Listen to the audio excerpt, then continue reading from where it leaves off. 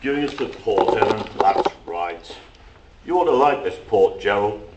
As a matter of fact, Finchley told me it's exactly the same port your father gets from him. Then it'll be all right. The governor prides himself on being a good judge of port. I don't pretend to know much about it. I should jolly well think not, Gerald. I'd hate for you to know all about port like one of these purple-faced old men. Here, I'm not a purple-faced old man. No, not yet. But then again, you don't know all about port, do you? Now then, Sybil, you must take a little tonight. Special occasion, you know, eh? Yes, go on, Mummy. You must drink our health. Oh, very well, then. Just a little. Thank you. All right, Evan. I'll ring from the drawing room when we want coffee. Probably in about half an hour. Yes, ma'am. Well, well, this is very nice. Very nice. Good dinner too, Sybil. Tell cook from me. Absolutely first class. Arthur, you're not supposed to say such things. Oh, come. I'm treating Gerald like one of the family, and I'm sure he won't object. Go on, Gerald. Just you object. Wouldn't dream of it. In fact, I insist upon being one of the family now. I've been trying for long enough, haven't I? Haven't I? You know I have. Of course she does. Yes, except for all last summer when you never came near me, and I wondered what had happened to you. And I told you I was awfully busy at the works all that time. Yes, that's what you say. Now, Sheila, don't tease him. When you're married, you'll realise that men with important work to do sometimes have to spend nearly all their time and energy on their business. You'll get used to it, just as I had. I don't believe I will. So you be careful. Oh, I will. Now, what's the joke? I don't know, really. Suddenly I just had to laugh. You're squiffy. I'm not. What an expression, Sheila. Really, the things you girls pick up these days. If you think that's the best you can do. Don't be an ass, Eric. Now, stop it, you two. Arthur, what about this famous toast of yours? Yes, of course. Well, Gerald, I know you agreed that we should only have this quiet little family party. It's a pity Sir George and Lady Croft can't be with us, but they're abroad and so it can't be helped. As I told you, they sent me a very nice cable. Couldn't be nicer. I'm not sorry that we're celebrating quietly like this. Much nicer, really. I agree. So do I, but it makes speech-making more difficult. Well, don't do any. We'll drink their health and have done with it. No, we won't. It's one of the happiest nights of my life. And one day, I hope, Eric, when you've a daughter of your own, you'll understand why. Gerald, I'm going to tell you frankly, without any pretenses, that your engagement to Sheila means a tremendous lot to me. She'll make you happy, and I'm sure you'll make her happy. You're just the kind of son-in-law I always wanted. Your father and I have been friendly rivals in business for some time now, though Crofts Limited are older and bigger than Burling and Company. And now you've brought us together, and perhaps we may look forward to the time when Crofts and Burlings are no longer competing, but are working together for lower costs and higher prices. Hear, hear. And I think my father would agree to that. Now, Arthur, I don't think you ought to talk business on an occasion like this. Neither do I. All wrong. Quite so. I agree with you. I only mentioned it in passing. What I did want to say was that Sheila's a lucky girl, and I think you're a pretty fortunate young man too, Gerald. I know I am. This once anyhow. So here's wishing the pair of you the very best that life can bring. Gerald and Sheila. Yes, Gerald. Yes, Sheila, darling. Our congratulations and very best wishes. Thank you. Eric? All the best. She's got a nasty temper sometimes. She's not bad, really. Good old Sheila. Chump, I can't drink to this, can I? When do I drink? You can drink to me. All right then, I drink to you, Gerald. Thank you. And I drink to you, and I hope I can make you as happy as you deserve to be. You be careful or I'll start weeping. Well, perhaps this will help you to stop it. Oh, Gerald, you got it. Is it the one you wanted me to have?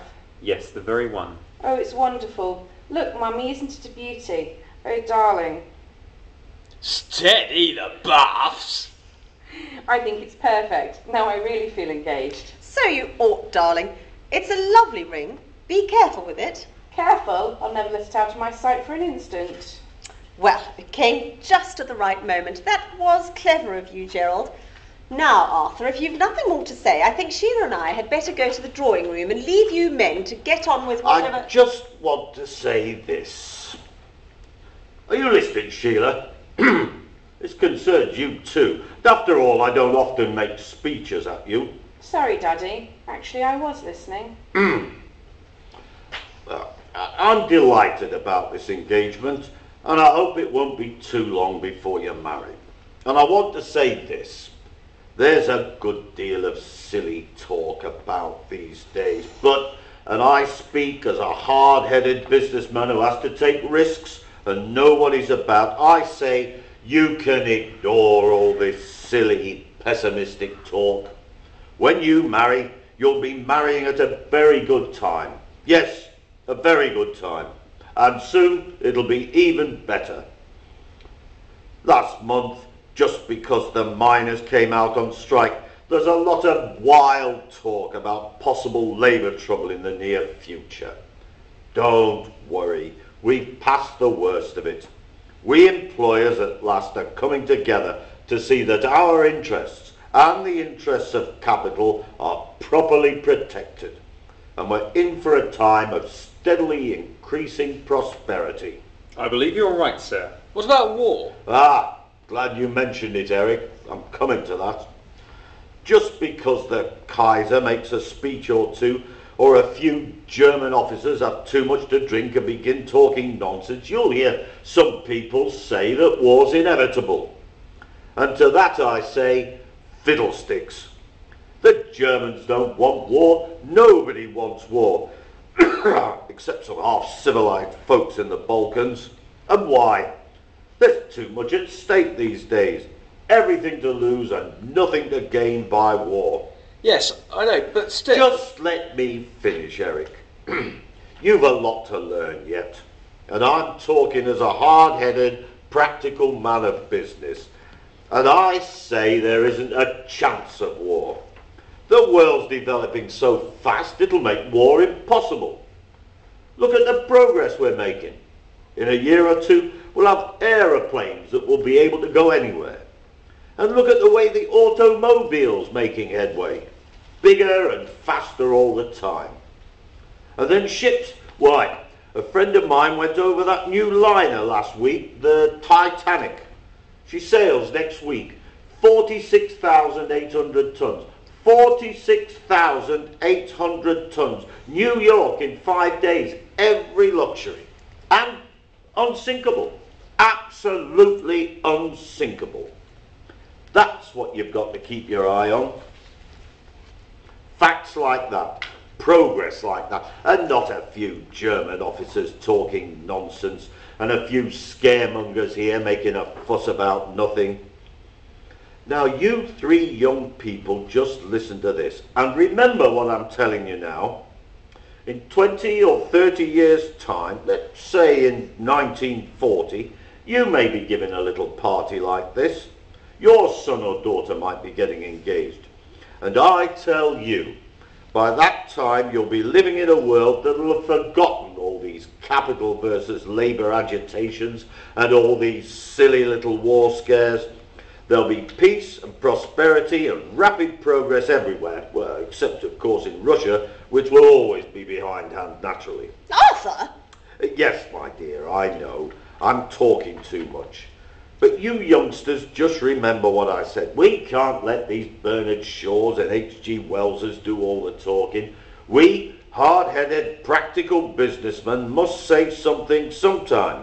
And we don't guess. We've had experience. We know. Yes, of course, dear. Well, don't keep Gerald for too long. Eric, I want you a minute. Cigar? No thanks. Can't really enjoy them. You don't know what you're missing. I like a good cigar. Help yourself. Thank you. Right, thanks. By the way,